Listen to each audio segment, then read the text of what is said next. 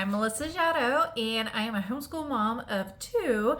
And today I am going to share with you how I plan out our homeschool year using Beautiful Feet books. We work with a 4 to 6 weeks on schedule, 1 week off. I like to just put down what we're going to do for the week, and we can either knock it out all in one day, or we can work on it throughout the week. I just wrote what it is that we're going to do for the whole week. I also make a list of supplemental books that I want to pick up from the library so that I can go ahead and order those from the library and go pick them up before we start our week. So I worked it out to where we do 4 lessons a week. The first section is all about Indigenous people, and that's going to take us approximately 6 weeks to get through. The next section is the Age of Discovery.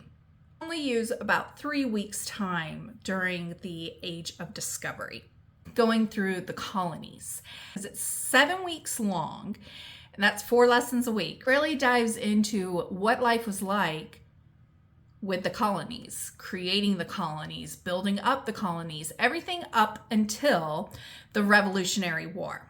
About 7 weeks as well. So the majority of this history program is going to be about the colonies and the Revolutionary War. Then you have US, which is only 5 weeks long. Honestly, you could dive so much deeper, especially with the westward expansion and the year with the beginning of the Civil War. You know, what transpired to really bring across the Civil War. And then theoretically, next year you would go to more modern U.S. history. But so we're doing early U.S. history with Beautiful Feet books, a children's first book of American history as the spine, and you will reference this throughout the entire curriculum. This curriculum is a beautiful mixture of picture books, textbooks, historical fiction, historical books. Intertwining all of these books really bring the stories to life and history to life.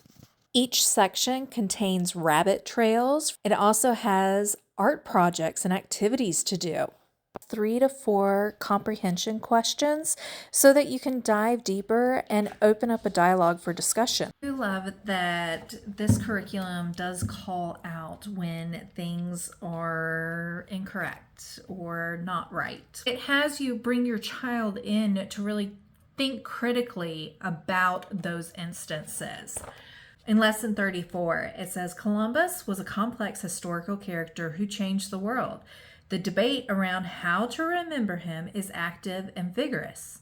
Host a mock trial in which your student takes turns defending and prosecuting Columbus. The child's first book of American history, and it actually says this chapter contains 2 occurrences of a derogatory term for Native women. So it actually tells you in a teaching guide, like, where are those instances where you can have conversations with your children about why we don't use certain terms, why we don't say things. I really love how that's set up. In addition to all of the literature, there's also a notebook for children that enjoy notebooking.